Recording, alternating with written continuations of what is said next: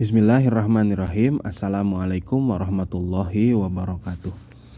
Selamat siang anak-anakku sekalian kelas 12. Pada hari ini kita akan membahas tentang perkembangan ilmu pengetahuan dan teknologi di dunia. Ya. Kemarin pada pembahasan awal kita telah membahas tentang hakikat ilmu pengetahuan dan teknologi. Ya, saat ini kita akan membahas tentang perkembangan iptek di dunia. Perkembangan iptek di dunia terbagi menjadi dua masa. Yang pertama adalah perkembangan teknologi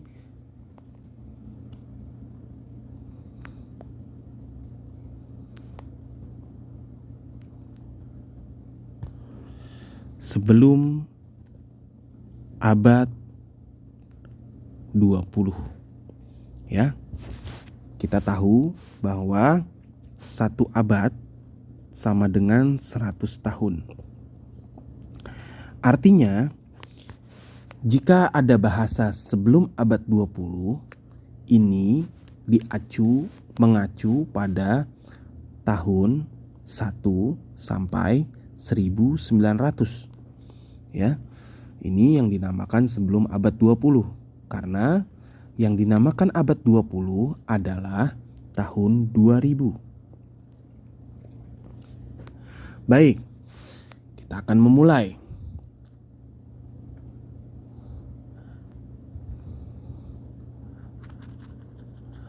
Oke, perkembangan teknologi sebelum abad 20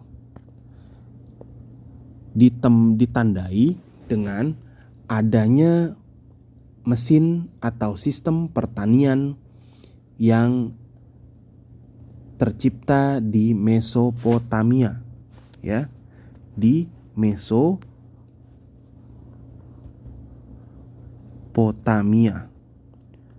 Mesopotamia itu apa sih?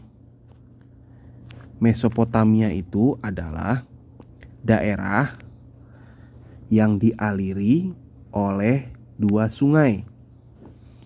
Yang pertama adalah Sungai Tigris dan Sungai Efrat. Ya. Kita akan lihat contohnya.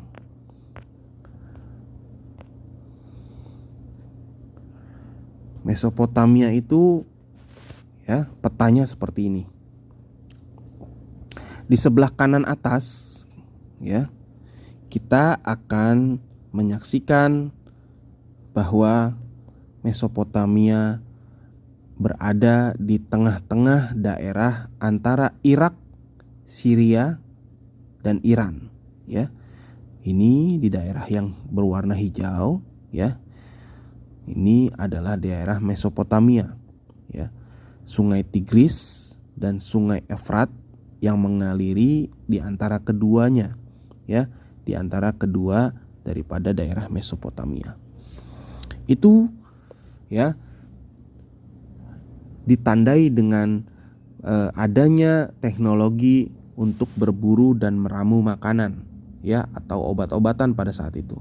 Sehingga hasil pertanian, ya, atau hasil produksi pangan mereka, ya, dapat menghasilkan dalam jumlah yang lebih banyak, sehingga dapat menyetok atau menyimpan daripada hasil pangan, sehingga disimpan lebih lama dan lebih banyak, ya, dan berakibat pertumbuhan penduduk juga meningkat, ya. Tidak hanya pertumbuhan penduduk, pertumbuhan ekonominya pun meningkat pada saat itu di Mesopotamia. Kemudian selanjutnya adalah ketika ditemukannya sebuah mesin cetak oleh Johannes Gutenberg, ya, di tahun 1440, ya, Masehi. Perkembangan teknologi pada tahun 1440 ditandai dengan penemuan mesin cetak oleh pria asal Jerman yang bernama Johannes Gutenberg. Ya, beliau menemukan mesin cetak untuk mencetak berbagai buku, jurnal, ya, sehingga berhasil menemukan metode-metode untuk menyebarkan ilmu pengetahuan, ya, untuk kepada para pelajar pada saat itu dan para ilmuwan khususnya pada saat itu, ya. Metode cetaknya pun masih manual, ya, menggunakan alat, ya, percetakan, ya, yang dioperasionalkan sepenuhnya oleh manusia, ya. Kurang lebihnya animasinya seperti ini pada saat itu, ya. Pada saat itu penemuan mesin cetak oleh Gutenberg ini dirasa sangat membantu untuk meningkatkan produktivitas pekerjaan para orang-orang yang melakukan bisnis dengan cara dicetak, ya, entah itu media massa, entah itu pamflet, entah itu buku-buku, jurnal, atau bahan-bahan bacaan yang lain. Sehingga penemuan mesin cetak ini juga tercatat sebagai penemuan perkembangan ilmu teknologi sebelum abad 20, ya. Kemudian setelah itu berkembang sehingga kita sampai pada era yang kedua, perkembangan iptek pada abad 20, ya. Perkembangan iptek pada abad ini, ya, ditandai dengan munculnya inovasi atau penciptaan yang sebelumnya tidak ada, yakni alat yang bernama transistor. Ya, transistor ini adalah sebuah komponen di dalam era digital, ya, yang berfungsi mengantarkan aliran listrik, ya, aliran listrik yang menghasilkan power atau tenaga untuk sebuah mesin atau alat digital, ya, alat digital. Sehingga alat-alat elektronik tersebut dapat menyala, ya. Seperti kita ketahui bahwa di dalam setiap komponen elektronik, ya, itu menghantarkan aliran-aliran listrik, ya, dan pada akhirnya mengakibatkan elektronik tersebut dapat menyala, ya, seperti halnya mencharger HP, ya, itu membutuhkan sebuah komponen yang dinamakan transistor untuk mengaliri aliran listrik yang telah disimpan sebelumnya oleh charger kita yang menyolok ke aliran listrik, seperti itu, ya. Transistor ini ditemukan pada tahun 1947, ya. Setelah itu transistor dikembangkan pada awal-awal generasi semikonduktor yang akhirnya pada tahun 1958, ya, transistor ini menggunakan sirkuit terpadu, ya, atau sekelompok transistor pada chip silikon tunggal, ya. Nah, perkembangan transistor tersebut, ya, menandakan bahwa dunia mulai menuju abad komputerisasi. Setelah itu, bentuk-bentuk inovasi daripada teknologi, ya, juga ditandai dengan penemuan serat optik, ya, yang dapat mengantarkan sinyal atau data elektronik pada perangkat elektronik kita, ya, sehingga terciptanya sarana telekomunikasi yang dapat kita manfaatkan saat ini. Percuma punya HP yang bagus, HP mahal, tetapi nggak ada sinyalnya. Percuma memiliki HP yang keren, ya, yang up to date, tetapi tidak ada kuotanya, ya. Nah, ini, ya, dimanfaatkan oleh perusahaan-perusahaan provider atau perusahaan-perusahaan penyedia jasa layanan telekomunikasi ya, untuk menyambungkan kita, perangkat elektronik kita ya, terhadap serat-serat optik atau jaringan internet tersebut ya, sehingga kita bisa pakai handphone kita untuk WhatsApp ya, untuk YouTube, untuk medsos, untuk yang hal-hal yang lain yang bermanfaat. Seperti itu contohnya ya.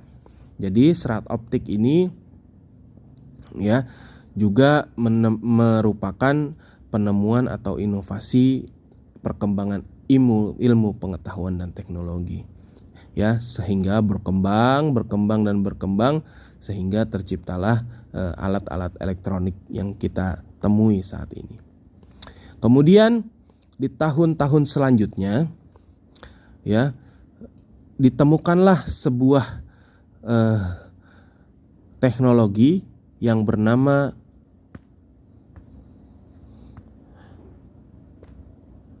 komputer. Pada penemuannya, yang pertama, komputer itu memiliki bobot sebesar 30 ton atau 30.000 kilogram. Luar biasa beratnya ya. Di tahun 1946 ya, komputer diciptakan dengan bobot 30 ton ya. Kemudian sistem operasinya pun hanya bisa melakukan satu pekerjaan saja ya. Kemudian selanjutnya berkembang dan terus berkembang di tahun 1951 dan 1953 ya.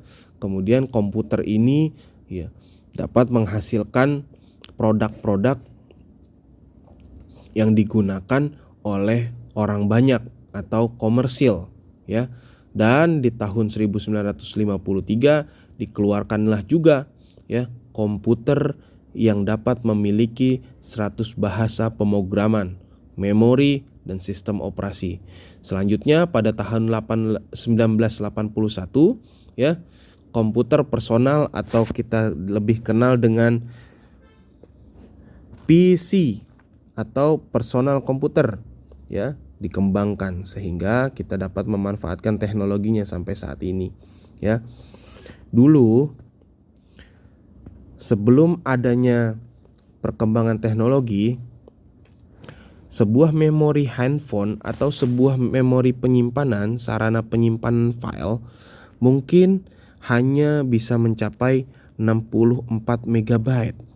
Sangat kecil ketika kita menyimpan sebuah lagu atau beberapa lagu saja mungkin sudah dirasa sangat sesak ya.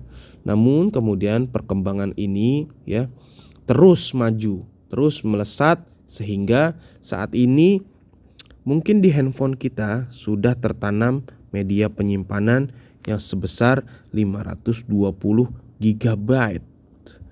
Luar biasa ya, bisa menyimpan ribuan file, ribuan foto, ribuan lagu-lagu, ribuan aplikasi ya. Nah, ini merupakan juga perkembangan teknologi ya di dunia ya, sehingga kita dapat memanfaatkannya tentunya untuk hal-hal yang bermanfaat ya, tentunya untuk hal-hal yang tidak merugikan diri kita ya, dan yang pastinya tidak membawa kita kepada lembah kemurkaannya Allah Subhanahu wa taala ya. Seperti pisau ya, ketika digunakan oleh ibu ya, maka pisau itu digunakan untuk memasak. Namun ketika pisau itu digunakan oleh seorang preman ya, maka pisau itu digunakan untuk memalak ya, membegal ya, atau berbuat jahat ya yang lainnya ya. Seperti itu juga teknologi yang hadir di depan kita, yang ada di hadapan kita ya. Bagaimana cara memanfaatkannya agar teknologi tersebut bisa kita manfaatkan untuk hal-hal yang baik, untuk menyediakan informasi, untuk menyediakan pengetahuan dan yang lain-lain. Ya, saya rasa cukup pertemuan kita pada hari ini tentang perkembangan iptek di dunia. Ya, jangan kita review sejenak. Ya, tadi perkembangan iptek di dunia terbagi menjadi dua, yakni yang pertama adalah sebelum abad 20